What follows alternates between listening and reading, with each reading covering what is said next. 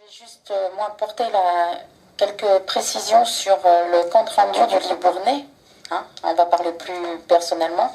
Donc on a pu se réjouir, Jacques et moi, que beaucoup de choses que nous avions évoquées sont versées dans ce livre, notamment la revitalisation urbaine, chose qu'on avait très à cœur parce qu'on voit très bien que nos villages se désertent et qu'il y a des micro-villages aux alentours en construction neuve.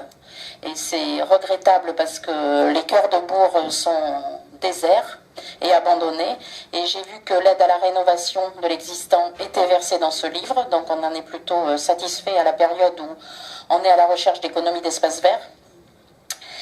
J'ai remarqué aussi qu'il y avait facilité à l'accès au numérique et ça ressort notamment chez les viticulteurs aujourd'hui où ils ont beaucoup de documents à compléter pour leur exploitation agricole et on a une lacune énorme dans ce milieu-là.